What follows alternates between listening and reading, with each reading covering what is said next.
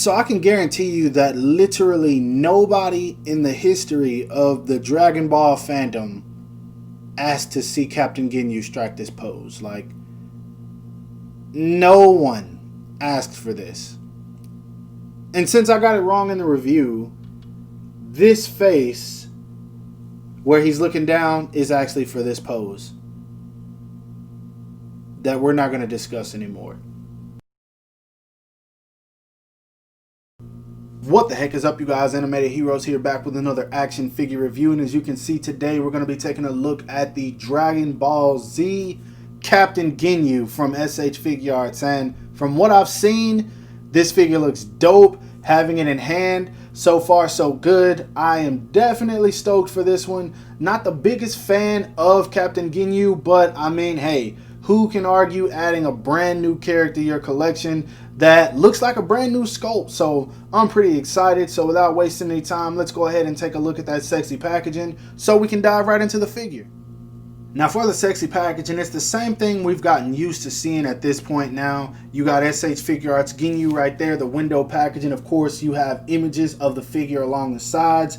Warning, ages 15 and up, Dragon Ball Z, Tamashii Nations Bandai. There's the seal of authenticity. Then, of course, at the top, we got a completed image of him. At the bottom, same thing. Nothing much going on this side. On this side, we have some more images, which all look pretty good. And then on the back, you do have several poses you can get the figure into. This is the Japanese version, imported from AmiAmi. And then you have all the legal stuff at the bottom that no one cares about. So let's go ahead and bust this guy out of the packaging and see what it's all about. Right out of the packaging, I do want to say that I am not the biggest fan of Captain Ginyu. I actually just rewatched the Frieza saga, so I'm a little bit excited because I know more about the character than what I remember from watching him as a kid. He doesn't excite me very much, but what does excite me is the fact that once again, we are getting a brand new Dragon Ball figure that is not Goku, Vegeta, or anyone that has the same mold.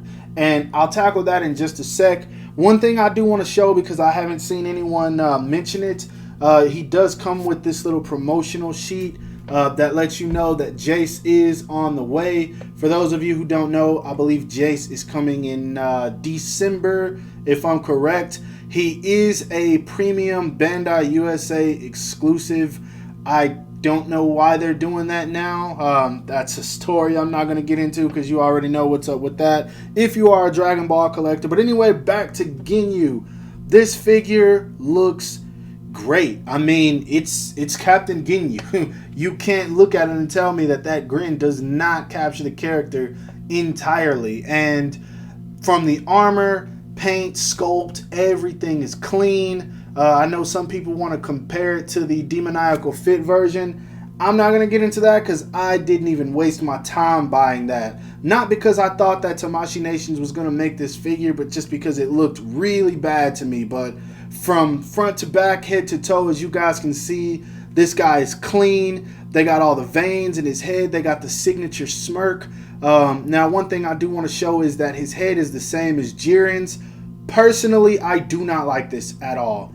I don't know why they went this route, because it just comes off so easy. That's the most frustrating part about it. I mean, it's good when he looks up, but this just comes off way too easy. I literally opened this guy and the head just fell off. But anyway, I'm not trying to nitpick. That's just something I wanted to get out of the way that I don't like. And matter of fact, yeah, I am going to nitpick. There's one more thing I don't like, and it's this. I don't know if this is the same on Vegeta. I haven't paid attention to it, but once again, this part comes out a little too easy for my liking. It works, but it's just, it's weird to me.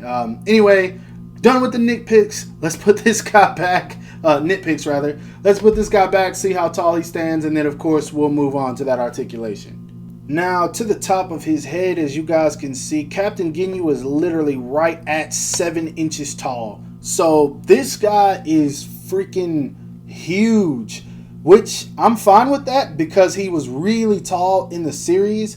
This just makes me wonder how Recoome and Burter are going to scale, because I know they're even taller than he is. So that's going to be interesting to see how Tamashii Nations pulls that one off. Now for articulation, nothing really new here, but well, kinda. We'll talk about it.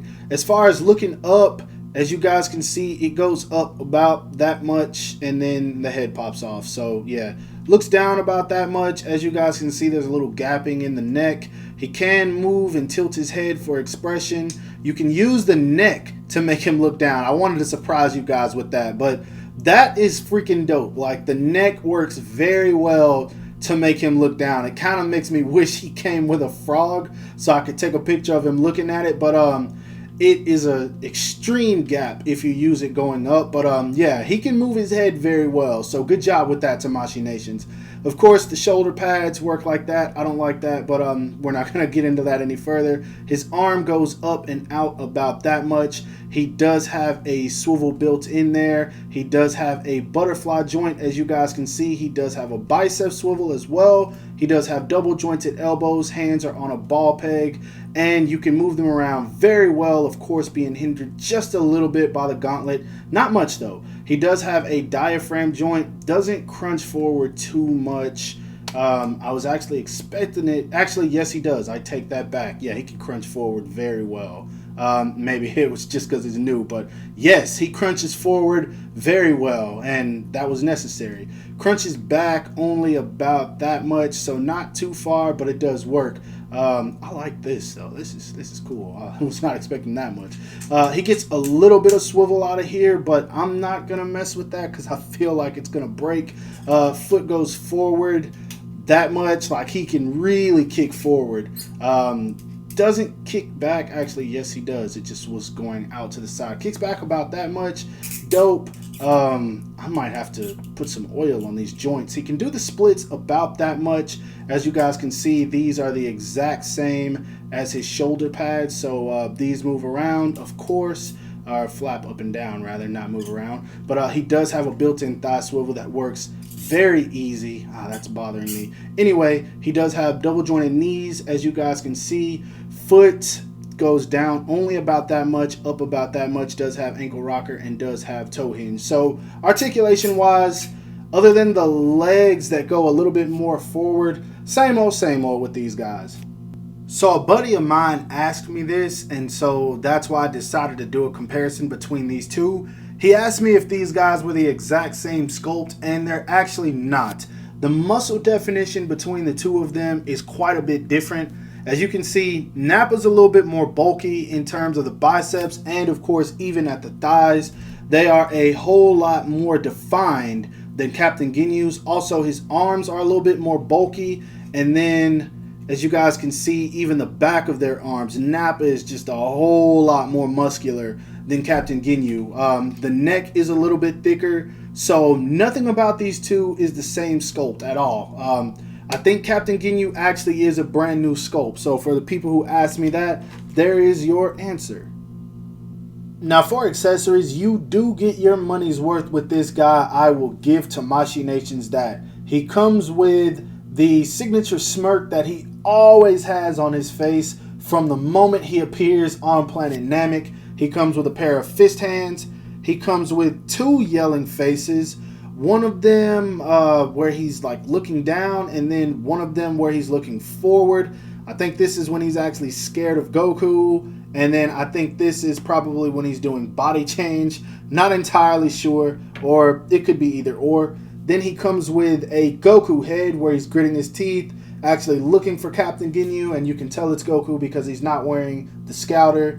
The main thing that I think everyone is excited about is the fact that he comes with a Dragon Ball. This thing is huge, but it's super cool looking, and as you guys can see, it actually reflects him through it. I dig that. That's something about that is really cool to me. And he's upside down. That's even weirder, but I don't know. It's cool. Maybe it's just the way the light's hitting it, but I freaking like that. He comes with an interchangeable chest piece from when he punches himself to try and halfway kill himself, I guess. So that Goku can't survive long in his body. And as far as hands goes, he comes with a variety. He gets a pair of Dragon Ball holding hands. He comes with a pair of pointing fingers. He comes with a pair of blasting hands. And then lastly, he comes with a pair of like karate chop, I'm about to roast you type hands. So you get a lot of stuff with this guy. And I'm happy about that. Surprisingly, he's not a Tamashii Nations web exclusive either, which makes me wonder if we're going to get a recolor of him in the future. But yeah, a lot of stuff.